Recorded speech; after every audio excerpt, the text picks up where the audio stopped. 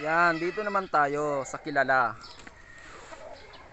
Sa isa sa kilala sa Ralangan ng Sabong, Bibo Enriquez. Sir Bibo Enriquez, yan. Yan. Yan. Authentic po yan ha. Authentic Bibo Enriquez. Yan. Walang bawas, pang materialis ko rin kasi. Late born to, violet. Yung sumunod sa 2021, 2022.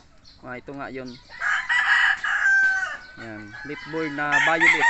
Yan, sunod ng late born black na WPC na late born.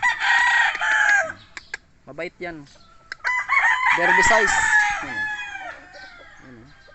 Ang ganda ng sukat, ang ganda ng tintig, pang materialis.